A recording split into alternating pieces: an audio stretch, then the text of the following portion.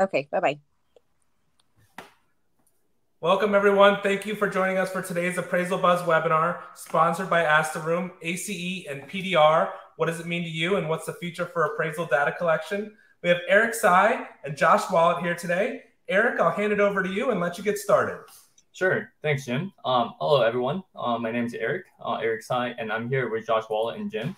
And thanks for dropping in today. I appreciate you showing up. I promise we'll make it as interesting, as informative as possible.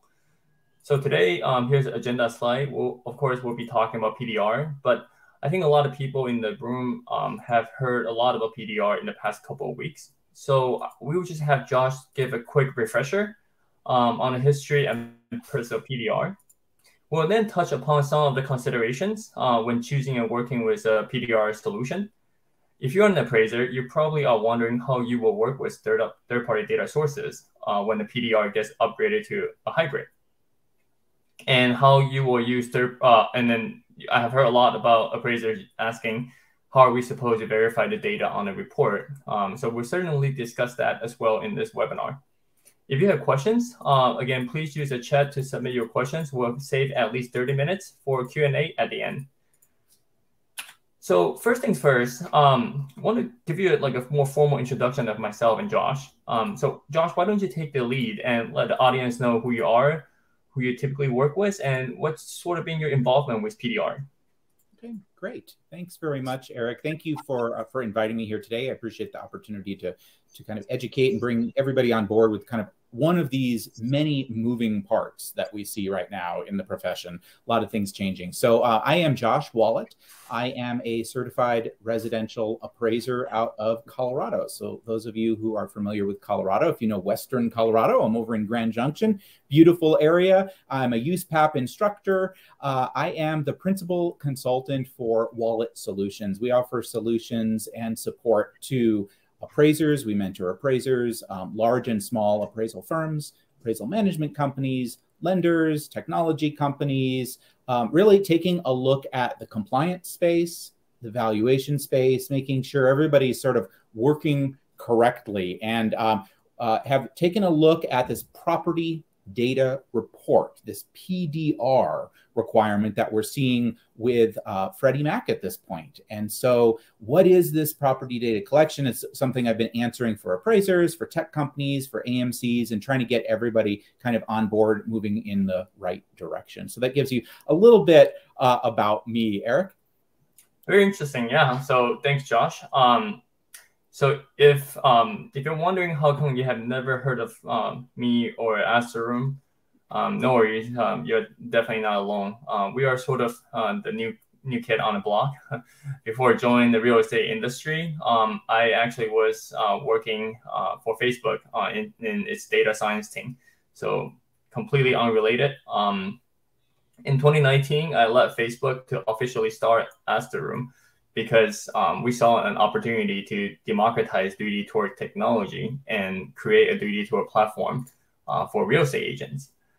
In 2021, which is less than 2 years ago, we started to recruit the agents on our platform and to get their help with completing desktop and hybrid assignments. So in this webinar, I'd love to tell you a little bit more about myself, Asteroom, our technology, and our panel. So Josh, I'm going to flip to the next slide. Can you just give us, the audience, a refresher about why Freddie Mac is launching PDR now? Yeah, this slide on the left here, appraiser shortage. How many of us have been hearing about appraiser shortages for years? I remember I spoke at a conference, I think it was 2011, maybe 2012, somewhere around there.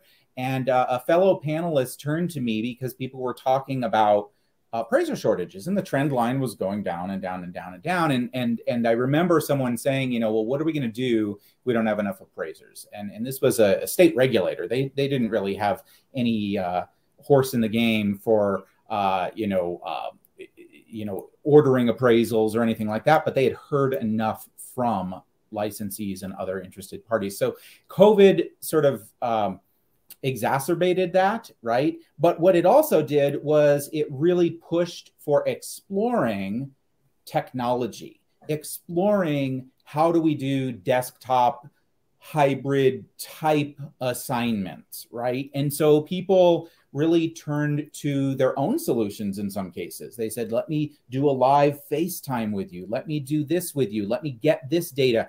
And they explored all these different ways of getting data. And now, even before then, the technology was already evolving. Technology evolves for every profession. And we now see a lot more different iterations of floor plan technology, scanning, videos. How can we collect the room layout? How can we collect the GLA and other square footage? How can we collect where interior walls are and what types of other structures are on the property and things like that? So it has now been sort of formalized in a lot of these technologies. And Freddie Mac has released bulletins related to this PDR. And I did see someone post a question, and I'll answer this right now so we start off on the right foot. So I mentioned PDR is Property Data Report. That's a standardized set of data that Freddie Mac is requiring to be collected for the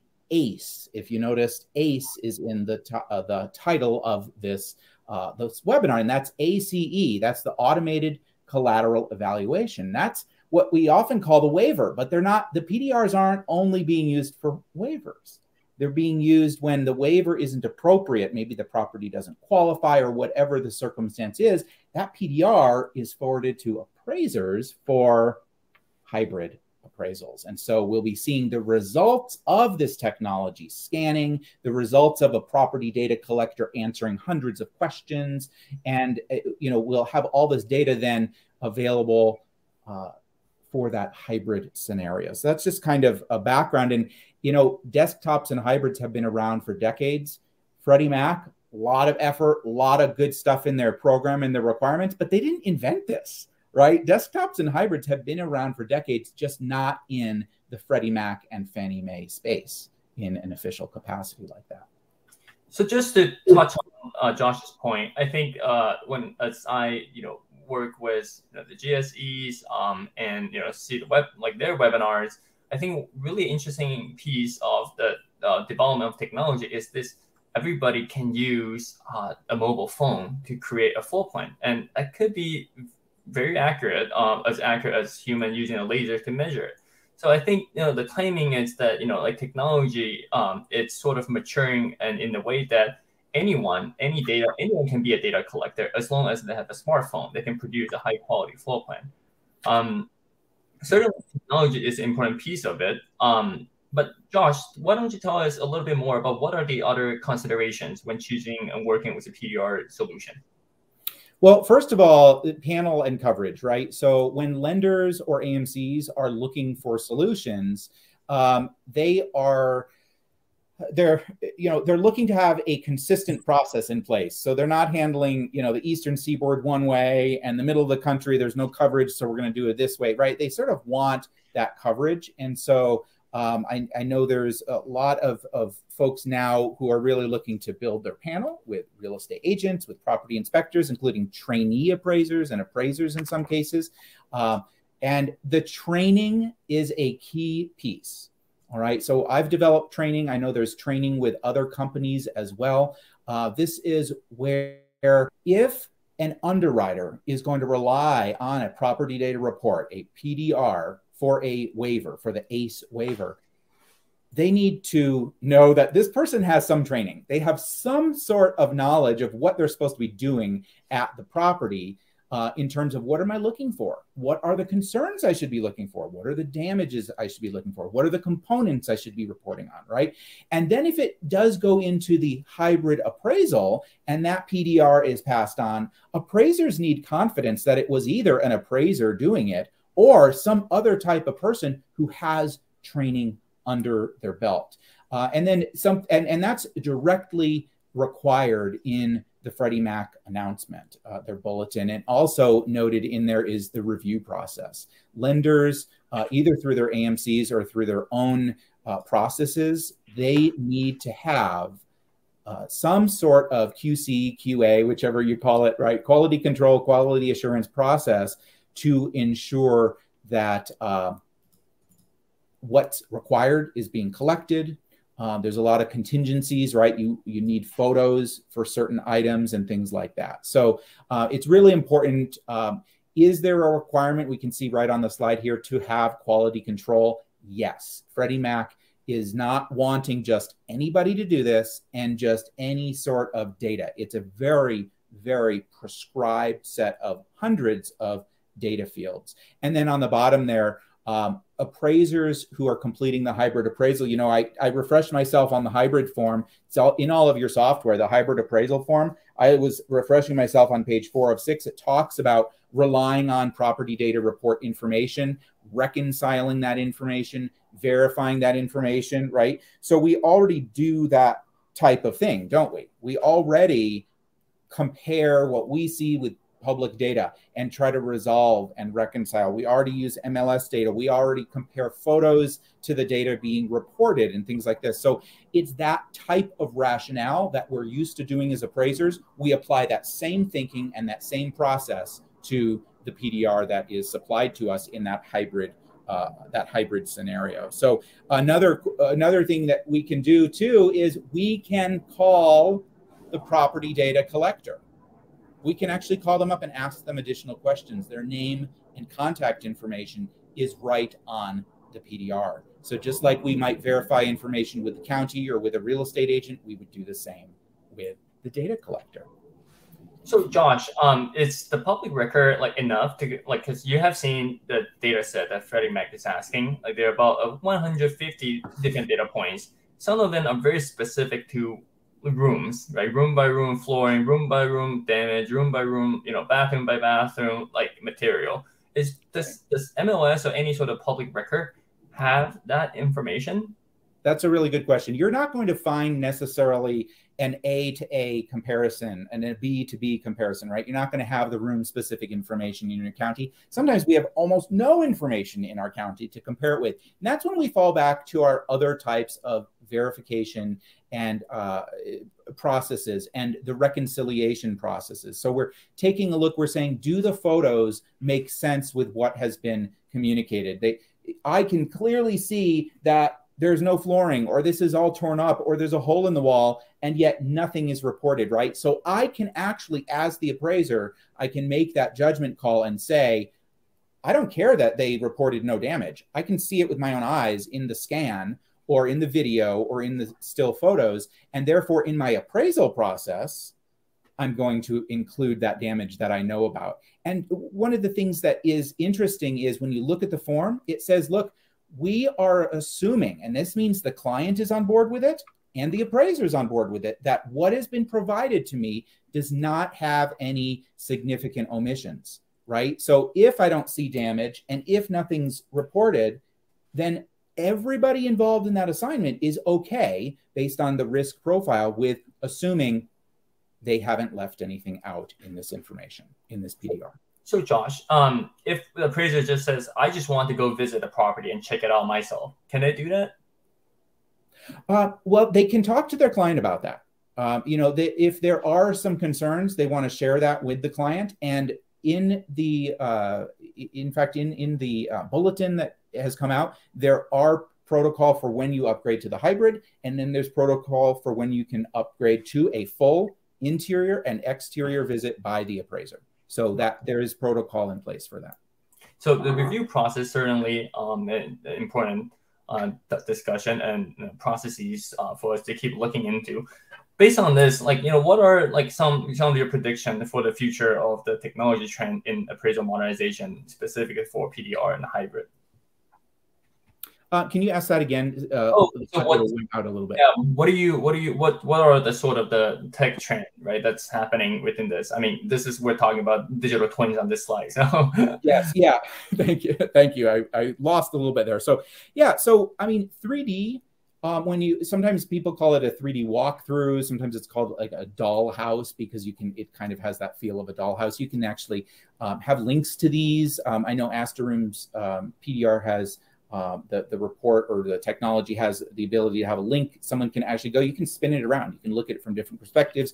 You can dive into a room. You can walk room to room. So you can actually go through and really get a feel for that layout. So if an underwriter is working with a waiver situation, they really can get they can actually take a look at a little bit more. They say, well, yeah, I see these still photos that are included in a PDR. And they also have the ability, should that client choose to have that functionality, they could take a look at it. Same on the appraiser side. The appraiser can actually take a look and say, I'm actually inside, not really, but virtually inside. I can get a really good perspective. And also outside. It's not just inside, it's also outside. So you can see the 360-degree views outside all around the house. And what really excites me about these types of things is we've had appraisers doing desktops and hybrid types situations for decades. This gives so much more relevant information than all of the laundry list of assumptions we would have had to make previous to this. And there's a variety of technologies out there. You can see here, you've put Matterport and your own Asteroom there, different types of processes to some degree. And you can probably speak to that better than I can. Oh yeah, like I think I put Matterport here because I think everybody in the real estate industry has heard of Matterport. And it really has been seen as the gold standard in 3D tour technology. Like even me as a founder of a competitor, I have to say the quality and everything about Matterport is phenomenal. There's no comparison. There's just one drawback in creating a Matterport tour. You do need a special like 3D and 360 camera. And on top of needing like a different equipment, a new equipment, the scanning can be a time-intensive process because Matterport, due to its high fidelity, it does require the scanner to do a scan every 4 to 6 feet. So as a result of this constraint, a full scan will probably take normally 1 to 2 hours to finish. And therefore, the primary target audience for Matterport is actually real estate photographer who can upsell these high-quality 3D tours to listing agents, in addition to the 2D still photography. And due to these circumstances, Matterport has been more commonly seen on $1 million plus, so we call luxury listings. Meanwhile, like in the past couple of years, have been a new emerging technology, Asteroom as an example, that have sort of come out to reduce try to reduce the entry barrier by making scanning easier and mobile friendly. And that was also my motivation to start the company because I saw the need for a simpler, easier to use platform for agents to do it themselves, so they have an alternative than paying up their photographers. So one of the most valuable lessons I have learned while I was in school is that most of the successful innovation, were created to reduce costs. Just like how Uber, Airbnb made riding and hoteling more affordable. So same concept applies here. To create an Asteroom tour, all you need is a smartphone and a 3D tour kit, which is consists of a tripod, a rotator, and a fisheye lens that's attached to a phone case. Well, the most compelling part of this setup is you only have to purchase this kit once, and you can keep upgrading the phone that sits on top of it. When you get your iPhone 14, all you have to do is buy a new phone case on Amazon from us, and that's $10 including shipping. The scanning is the easiest part. We only need to scan one scan per room and hallway, and you can pretty much get a scan done in 20 minutes. So from there, you can upload to us, and we will return a 3D tour and floor plan within 12 hours. So during the past 3 years, we all know the US the whole world was going through lockdown and COVID. And because of timeliness, I think we really got this product out, and we help over 25,000 real estate agents in the US to create digital twin for their listings. And they can browse on Zillow, Realtor.com, and that was sort of a really helpful thing to the industry when people weren't able to see them in real life due to lockdowns. As you can see the Amazon review, what people really love the most about Asteroom is the quality and also the ease of use and ease to learn. So here comes the interesting part, right? In 2021, we found out that there are many real estate companies in the US that want 3D tours, but don't want to do the scanning themselves, right? So from there, we started the Asteroom capture service, and we recruit the agents and photographers on our platform to shoot and collect data for companies, right? As of today, we have about 5,000 real estate agents on our platform covering all 50 states, and they're excited to go out and help collect data. Up until today, we have done over 1,000 scans for desktop appraisals, and there hasn't been a single order that we couldn't reach within our network. We even did a couple in Alaska the past couple of months. So I wanted to just quickly show you the process, right? So because PDR is a little bit different, it's more than just creating a 3D tour and a floor plan. We have tweaked our apps slightly. So when the approved agents are doing the assignment, they will be asked to select, if they're shooting for their own listings or they're shooting for a PDR. And if it's a PDR assignment, they will be asked the PDR questions, as you can see in the middle icon. And these questions are just based on what Freddie Mac wants to know about the property. And once they are done, and they just send it back to us. And what's interesting about our process is we have a back office team that looks at the tour and the floor plan, and they QA the data that's collected, right? So we'll sort of use the tour as a source of truth, just like how Josh was describing, like they can see everything, and these people have an escalation process, right? So if like they see things that are sort of inconsistent, and from the tour and the report, they will call up the data collector and verify the questions. And I think the best part of this process is someone is checking the answers, right? And they provide the feedback directly back instantly and directly back to the data collector. So they'll learn, okay, so that's, like the difference between vinyl and wood, or that's different between this tile versus that tile, right? So then you help them, like create this feedback and training improvement loop. So I have a couple more slides. I think, but we're almost at the end of this webinar, so I do want to save 30 minutes for Q&A. I want to show you, this is a sample report. That's, you have, what's unique about the sample report is you have the QR code and the link that you can click it to get to the 3D tours yourself. And of course, the floor plan with GLA, and that's the requirement.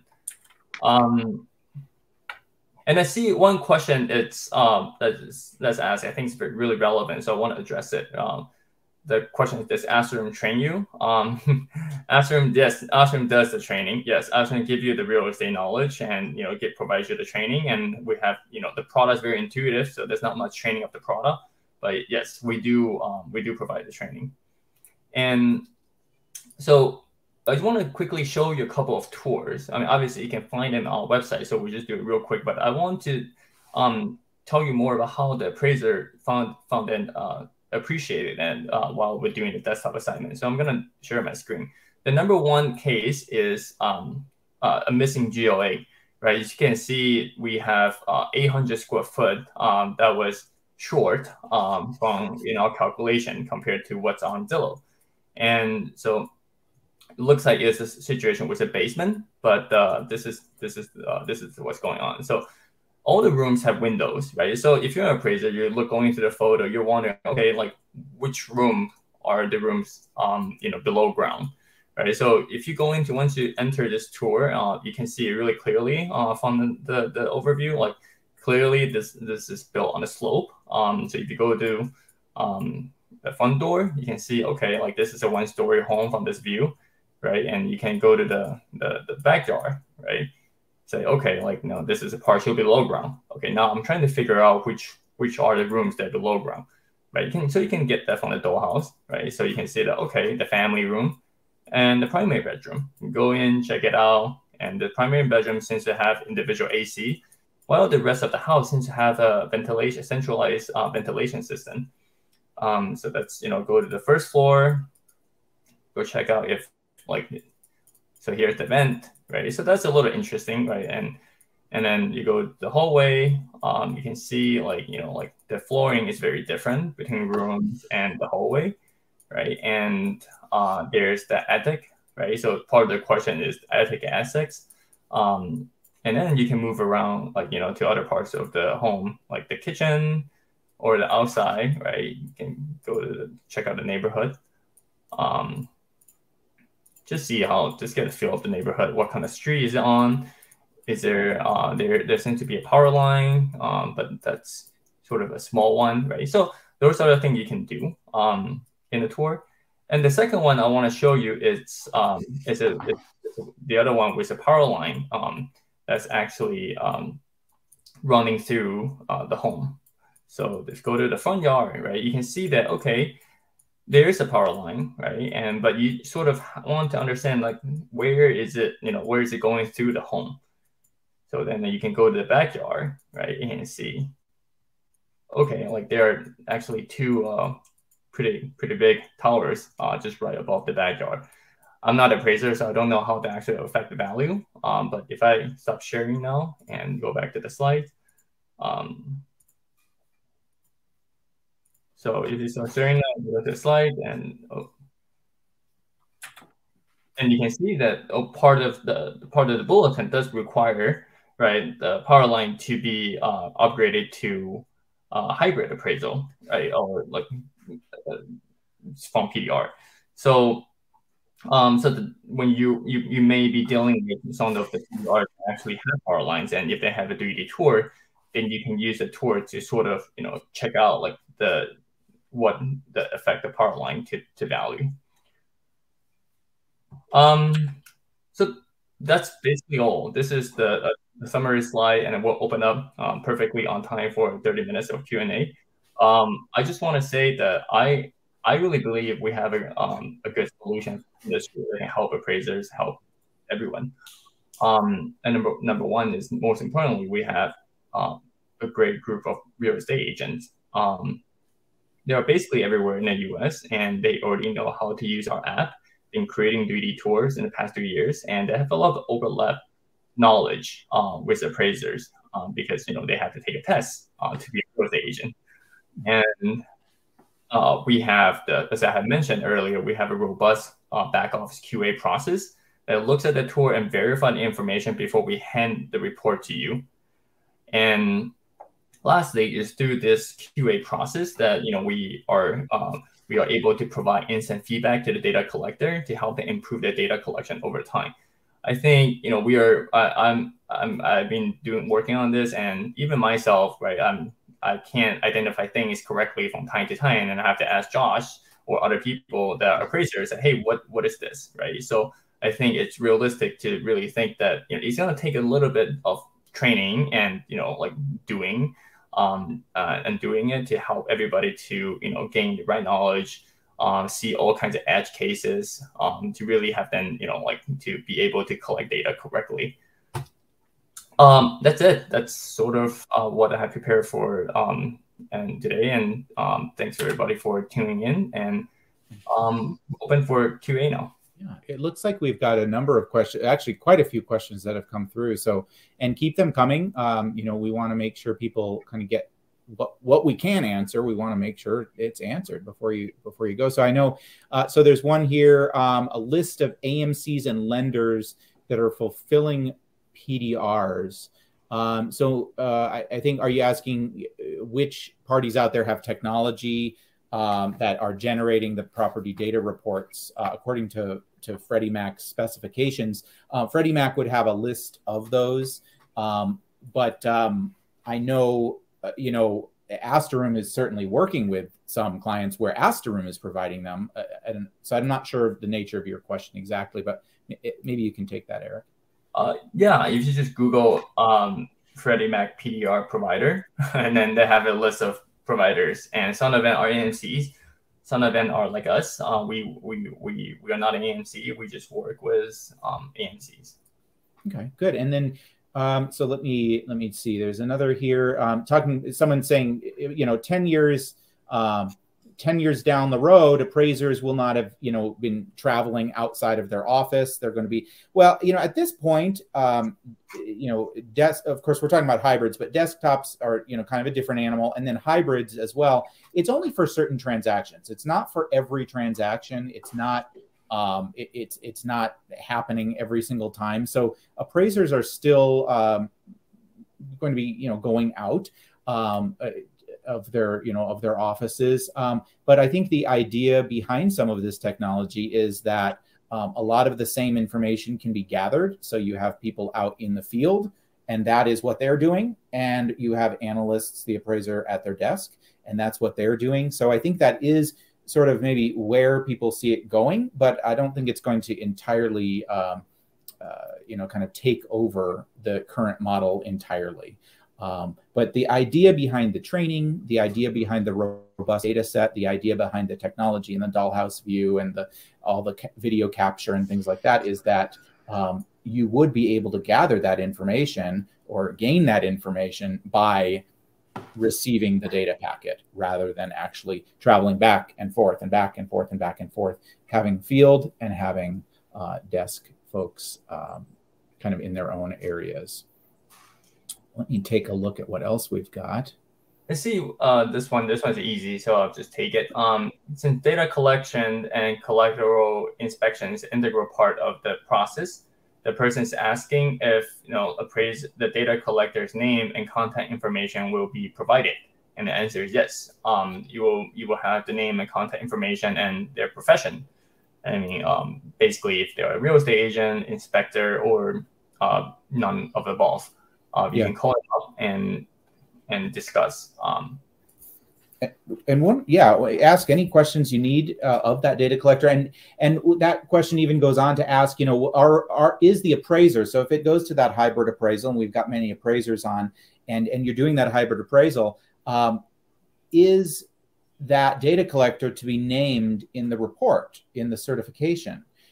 So Freddie Mac tells us something related. Freddie Mac's requirement is that the data collector's name be identified within the appraisal report. So you would be indicating who completed that within the data, within your appraisal. And then as far as significant appraisal assistance, attributing that in your certification in the appraisal report certification, USPAP requires that for appraisers be named, and only in a person acting as an appraiser, and it's for that assignment, right? So don't forget, these PDRs, this data collection is occurring as a totally separate event. It could be a week, it could be two weeks before, it could be even more, even it could be months before, and then maybe they're refining again. So that's not part of your assignment.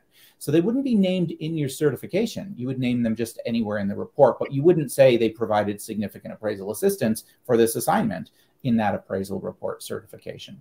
Okay, so that is a nuance that we need to remember for USPAP. So there's one follow-up question. Is the AMC responsible for contacting the inspector, or it's the appraiser themselves? As far as engaging, if the question's related to engaging the property data collector, then that would be, in this case, it would be, it'd be, either Asteroom or the AMC if they're integrating with the technology, right? So it would just be engaged based on how the technology and the sort of the setup between the lender, AMC, and technology provider, if those are all involved. As far as contacting the data collector for more information, the appraiser could call them directly. So if it goes to that hybrid appraisal scenario, the appraiser just simply picks up the phone or emails, depending on what contact information is provided. They say, hey, I have a question about this room. Here's the photo that was in your report, or it's page 3 in your report. Hey, I needed more information. So the appraiser would be able to contact and would not be prevented from. So a lot of people are also asking, is a floor plan NC compliant? Josh, you know NC much more than I do. What are your thoughts? Yeah, I mean, when we've taken a look at technology like this, there's a lot, including your technology. Others are trying to solve that problem to go to a standard, right? So right now, if we take a look from the GSEs, the message is does not involve ANSI requirements for this type of technology at this point. We might anticipate, hey, down the road that everything's going to kind of fall into line. But right now, from what I see, there's a lot of training for the people programming this technology in terms of how do you handle staircases? How do you handle open to below areas? How do you handle the ceiling heights, right? And all of that data is being collected. And now it's a question of making sure that there's continuous learning to program those machines to be doing it properly. And even exterior wall thickness, I've seen it solved in different ways, right? There are some that will say, we're going to take a look at the wall thickness. Others will say, hey, we're going to actually ask the data collector to type in the wall thickness. And so I think that's how yours. For us, we actually, the standard is 6 inches. Okay. But if it's like like a stucco or something that just looks thicker, then of course we'll do it a little bit more. Yeah. Right. So that would be the data collector communicating that. Right. And other questions are, are the floor plan done by Asteroom in-house? And, how are corrections for floor plan handled? What is the turn time for correction are needed? So yes, the floor plans are created by Asteroom in-house, and they basically draw it from the dollhouse. And how are correction to floor plan handle? So basically, if you have an issue, then we deliver the floor plan and tour and everything to you in the email, and you can just do a reply all, and somebody will reply, say, let's take a look at this. Usually it's same day, usually overnight. So when corrections are needed. And here's a question: how does this compare to Cubic Casa and InVision?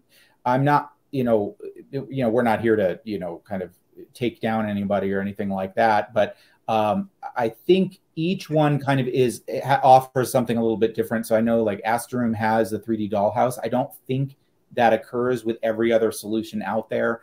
So there's just different, there's different looks to the floor plans. Some lay out the measurements differently. In answer to other questions here, does the floor plan include dimensions? Yes, it includes dimensions.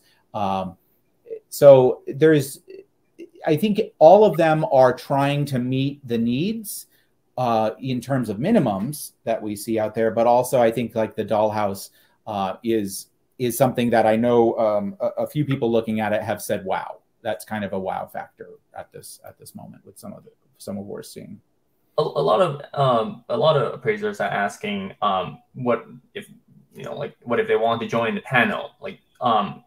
To answer that question, we're always recruiting, right? And if you check back on our website, in a couple of days, there will be like a banner on top of the homepage and tell you more about recruiting. Okay, so here it is. They just showed it. So Josh, what do you think about having appraiser do this? And also, some people were asking, like, does doing PDR count the appraisers require training hours, or just taking the lessons to get trained up? Does that count? So what's interesting is Freddie Mac recognized, and I talk about this, I teach ANSI, I teach measuring classes, I teach all different classes with appraisers and provide a lot of support. And what often comes up is the fact that appraisers who have experience in the field, it's already built in.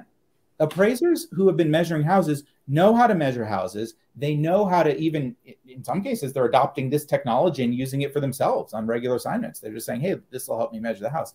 But they know what the relevant characteristics are. They know what the issues are. They know what to look for. So it's built in. And guess what Freddie Mac recognized? Freddie Mac said there's training required for property data collectors unless you're an appraiser. And if you're an appraiser providing property data collection, Freddie Mac does not require you to have special additional training that we've talked about. So I thought that was really good on the part of Freddie Mac. Okay, so I'm just trying to see a couple more questions there. Some people are asking, Freddie Mac providing a PDR software? No, Freddie Mac is not providing a PDR software. They just tell you what data they want, but letting the software providers like us creating the software. And to be clear, there is another question here. Is Asteroom providing the PDR? Yeah. So when we were talking about scans and the photos and the dollhouse, yes, the PDR is being provided by Asteroom. That's a product that comes out of this. And there were a couple of questions about the process, right? So let me just address that. So this screen is the data collector screen, right? They are using the mobile app, right? So questions are being asked here, but the final report, which is this one, right, is being and this is, by the way, this is the first page and last page, right? We don't want to show all the pages in the middle, but this is where this is the final product that you will be interfacing with, right? So there's the part in the middle where we do the QA, we take the information, we may put the right photo at the right place, make things pretty, and that's what we send it to you, right? And some people are asking about ceiling heights or or floors and walls details. So you will have, Freddie Mac does require floors and wall materials, not the ceiling height, but we also have the information if one day that becomes available.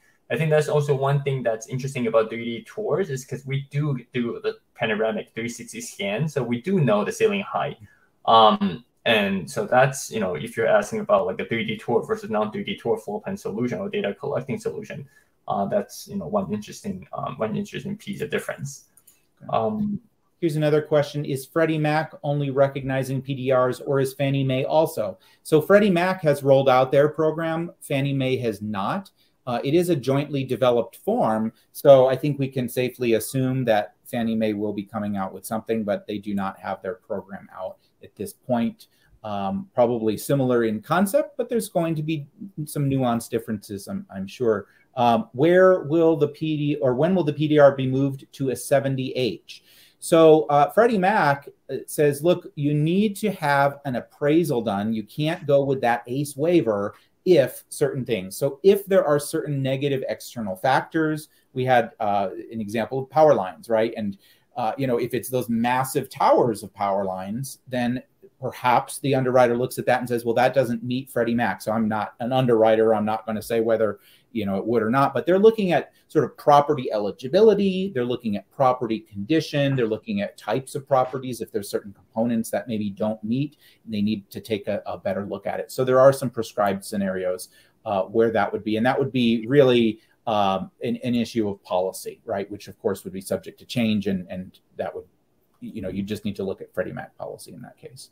So I saw an interesting one, and I feel like you sort of have touched upon it, but it's very relevant to the thesis of these webinars. So what are the protection in place to protect appraiser and lenders from inaccurate information from PDs or PDC, right? You said that there is like the risk profile thing, and can you just articulate more, like, are the appraisers not going to getting any issues if they review a report and sort of was deemed wrong? What are your... Then what they would need to show, first of all, we need to read every report we're signing, read the form we're signing. And so there's a lot of, I think, misinformation out there right now on what the responsibilities are. The limiting conditions are called out by USPAP. We must identify limiting conditions during the assignment, and then we're disclosing them logically in our appraisal reports. So one of the limiting conditions is that, look, the client agrees and the appraiser agrees that this is the type of research we can rely upon.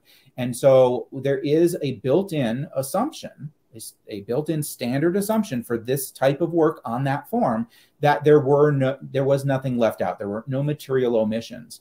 That doesn't alleviate the appraiser from doing logical steps, right? If you see contradictory information between photos and what was typed in the PDR, you need to resolve that as an appraiser, just like we always do, right? If I observe something at the property, but I have other information in the MLS telling me something else, I need to move past that by reconciling that. So those are the types of obligations that an appraiser still has that we always have.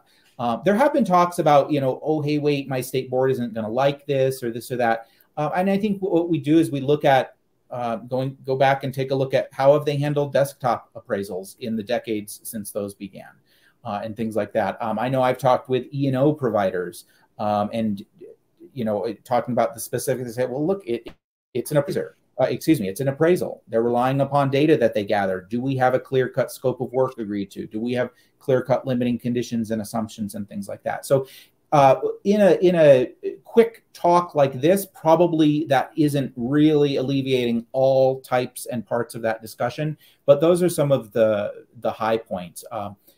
Desktops have been occurring.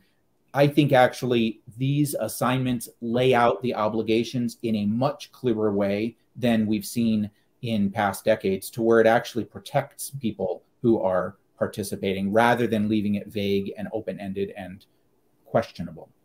So if appraiser sees inconsistency, or how do they reconcile it? Right? They have options of, number one, look at a 3D tour if it's available. Number two, look at the photos if the photos are required if 3D tour is not available.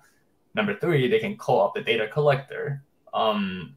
But what if the data collector doesn't remember, right? Like they probably do a couple of these, right? And you're asking a smoke detector. They're like, what smoke detector? And right. Number four is upgraded, right, to the full interior exterior inspection. And is there anything else like that we haven't articulated yet? Those are probably some of the most common sources. You might have records in your own files, so you might already have that. Appraisal. Do they have access to past appraisals? If it's within their own office records, they wouldn't necessarily have something from others outside. But yeah, and there's a lot of really the problem to be solved is the same, but we need to understand. Okay, am I getting? And this is why Freddie Mac's being very careful with their property data reports and who can create them. You're going to get it might look different from PR to PDR depending on the company, but you're going to get the same data set, right? And so you're going to have a consistent level of information. And if you do call up that collector and they say, I don't remember, Eric, I can't help you, leave me alone, whatever the case is, well, then it's, can I resolve this? Or as we talked about before, can I go back to the client and say, look, I cannot reconcile X and Y right now. I can't proceed. What do you want to do? You want to upgrade it? I'd be happy to do a full that type of thing. So, got it. So some other interesting questions, right? What about the, like we talked about appraisers using their 6 senses, right? And smell, eyes being one of them, right? There's other 5, and we don't need to name them. But what are the like the other things that you can't see in the 3D tour, right? So I will take that, and because like that's part of the reason why we use real estate agents, right? Real estate agents, if we just talk about number of homes that a person has seen in their career, right? Real estate agent is probably up there with appraisers, and they actually sometimes like have to figure out what it is, right? To remove it or to either understand it for their clients. So that's why we use real estate agents, and we do ask them questions about, do you smell anything? Can you feel any dampness, right? Like is it hot or cold, right? And those type of things. So that's the answering question part, right? And that data set actually covers a lot of, is there evidence of dampness? There's hundreds of questions actually. So I think sometimes there's actually some preconceived thoughts that, oh, this is a scan and they answer some basic questions. They snap a few photos and that's the old desktop hybrid type scenario. That's what we've done for decades. This is asking hundreds of data points, including some of those was, are these really taking a look at some of these negative factors. And it's actually quite robust. And so the challenge actually is on these providers that I've seen has always been, how do we put hundreds of questions into a very usable app? That's really, because there are so many questions that are being gathered. So there's another question. What if there's discrepancy between the square footage of the property provided by the inspector versus county record?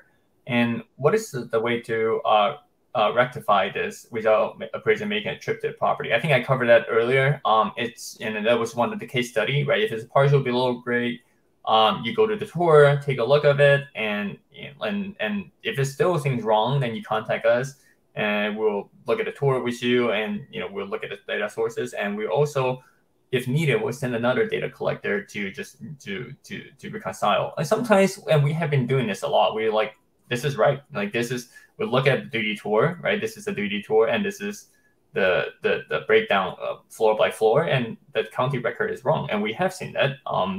And so I would say it's 50-50, right? And when there's something that's not reconcilable, right, then the public record can be wrong. And we would do that reconciliation process. We would say, can I make sense of this, right? Does this make sense? If I'm looking at that dollhouse and I see the shape of it is entirely different than what the county records show, then can I resolve that? Can I say, wait a second, this shape is different because it looks like they didn't open that door and look at these other two rooms, and I can see the door right in the scan, right in the dollhouse, and there's nothing beyond it in the dollhouse. So they didn't actually venture into that room. Now I've resolved it, right? And we've actually solved perhaps some of those same problems with ourselves, right? We go out, we measure it, we come back, we pull up the county record, we're, oh my goodness, I missed something, right? So we would resolve it to where we believe the data now is reliable. If we still have that remaining question, then we need to seriously look at, can we upgrade this? Can we upgrade this? So there's a question. Go ahead.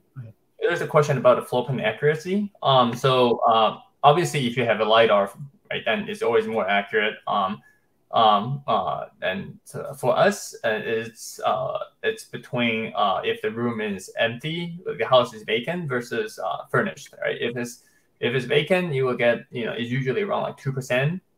If it's vacant, it's usually on 2%, and if it's furnished, you can see the difference between public record and our GLA to be like on a 6% mark.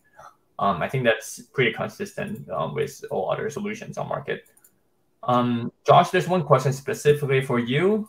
Do you believe PDR product will fall under state AMC regulations? You would know this. Well, there's a lot of discussion about that, whether or not it does fall under that.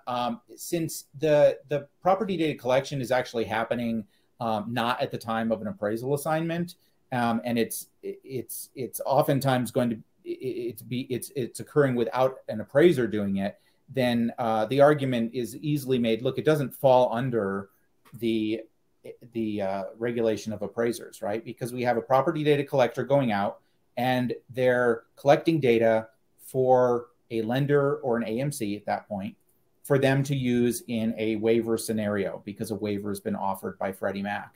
And the only time an appraisal gets mentioned is as a separate assignment where the appraiser is contacted and said, hey, we have a hybrid appraisal assignment opportunity. This was, we have data from 3 weeks ago. We have data from a week ago. We have data from 7 months ago, whatever the case is, just making up numbers here. And now it's an appraisal. So the person going out, yes, they're background checked according to Freddie Mac policy. Yes, they're trained according to Freddie Mac policy, but they're not necessarily a licensed person. So they're not acting necessarily in the capacity of their license. Now, I know some state boards have said, this or that. I don't want, I don't off the top of my head know what one board has said over another, but it's not part of an appraisal assignment, which is key to that discussion. Okay, it's not an appraisal until they actually ask an appraiser to do an appraisal. And one of the questions here is about saving time and money. Hey, isn't this to save time and money? But piggybacking on this scenario here, they're ordering them in cases of an offer of a waiver, right? So the data is being collected to support better the Freddie Mac decision or the underwriter lender decision, really, on whether or not we go forward with the waiver that's been offered. So the whole point then is that there are scenarios where those waivers, because the waivers are happening right now without these, right? And what they're doing is they're saying, hey, we want to make the waiver process smarter. So they're collecting information on condition. And then when it turns into a hybrid appraisal, we're saving time because we're not saying, oh, now an appraiser needs to come to your house. Well, geez, I just had someone come out to my house, right? So that's where the time savings is that we can use this data for multiple purposes. And that's where they're thinking. That's why they've set it up in this type of protocol. So I have a really good question. We have 3 minutes left, so I do want to get to this. So how does appraiser is asked by Joni, and how does appraiser import this data into their 470H if ACE plus PDR does get upgraded to a hybrid appraisal? And let me take on that, and I'll pass to Josh. So we do have make the plan on the roadmap to make the data imported available to Mismo XML. So that's and Josh, is that like how you would recommend and how other people are doing it? Well, right now it's going to result in a PDF, if that's what you're asking. And you went in and out a little bit. I didn't quite catch all of the discussion there, but So the question is, right, like right now, if it's a PDR, it's in the PDF. Yeah. What if it gets upgraded to hybrid, right? And how do we get the data pre-populated to appraisers 470H? Oh. Yeah, at this point, Freddie Mac is requiring it in the form of a PDF, and then the assumption then would be in the future it's going to be integrated. So that would be a question of coordinating all the different softwares, lender, AMC, provider like you, and appraisal software, and delivering an XML with the order so they can just populate it right into their appraisal software. And of course, then the appraiser is still going to, they would still call and verify if they need to. They could still change things and things like that. So isn't it as easy as export the data to XML and then import it into whatever software that appraisers are using? I missed the beginning of your question. Isn't it just like export it to XML? You can export data to XML and then someone just imported the same file? Yeah, it would be just like a lot of appraisers now use software that the AMC delivers some of the basic information like borrower name, lender, address, a lot of these basic bits of information. It would just be a whole lot more in the data stream. And here I wanted to, since we are looking at the sample report here, I did want to address one question. They said, wow, it doesn't look very detailed. This is the first and last page. It may not even be. If you can see, it goes 1, 2, 3, and I don't know what size monitor you're looking at, so I don't expect you to know the numbers. And then it jumps to 9, which is this, the supervisor, if there was a supervisor on it. So we're missing all of the detail. We're missing probably about 5 or 6 pages of information here. And don't forget, this is going to look different from provider to provider. So it's going to have the same information, but the layout will probably be a little bit different. So don't worry about the details you see. This is an example of just a few pages. Josh, one of the questions I'm seeing repeated a lot is the effective, how long from when they take this scan is it good for appraisers to use that scan? Well, I think the question, let's rephrase that question. The question isn't necessarily how long can appraisers use it, but how long can lenders, right? How long can lenders use it, whether it's Freddie Mac offering a waiver with a PDR data that was provided 7 months ago, or whether it's, the lender taking a look at the data and rehashing it. And I believe at this point, if the PDR data is over 12 months old, it must go through another data collection process. I'm not with Freddie Mac, not speaking on behalf of them, but I believe that is, or it's a similar type time frame. You would want to check with either the lender or Freddie Mac directly for the specific policies. And it would really be out, it wouldn't necessarily be related to what the appraiser believes they would want to do. It would be, is it even possible, first of all, according to policy, and then if it goes to a hybrid, the appraiser would say, I can or cannot rely on this for whatever reasons. And I know, is it possible? I know there's a lot of questions here. Are we okay to go a little bit past the hour? Yeah, as long as people want to stay, we can stay on as long as we'd like. Okay, great. All right, there's a question about going through appraisal questions, understanding, capturing data. So this is where the data set is forcing the data collector to collect information on relevant characteristics, and the training is required. So there is training required to say you need to be familiar with property components. And that's why I know Asteroom is, and others as well. They are taking a look at real estate agents. Now you might say, well, oh gosh, real estate agent, they're salespeople. Well, they can't have an interest in this property, or the parties, by the way. They're actually signing something on this PDR that says we don't have an interest in this. So we are getting people who are in the property realm, who are undergoing training because they're not an appraiser, who are saying, I have no connection with this property or parties. So there are safeguards in place there, but this is not, they're not taking part in the valuation process. They're taking part in that data collection process. Cool. Yeah, I think that we address most of the questions. Josh, do you have anything that you want to answer? I'm just scrolling through here. I hate that we can't get to everybody, but there's no way we can get to every question. Do you want to advance to the slide where our contact information is, and that way they can reach out? And Jim, it might be good. Maybe can we, if you have the ability, get a list of the Q&A, and maybe that could be posted, and maybe some follow up. Yeah, I can definitely. We'll send you the Q&A final at the end of this, and then maybe we can respond when we post the recording of this. By the way, that we are recording this, and we'll send out as soon as it processes. It usually takes about an hour or so. We'll send out a link for everyone to watch this as well. Okay. Yeah, and I did notice a few personal, not personal, but direct messages to me. I may not have noticed scrolling, so please contact me directly at that email you see on your screen, and same with Eric. We may not have seen everything. Awesome. All right. Thanks, Jim. Thanks, Josh. Appreciate everybody coming here, listening to us.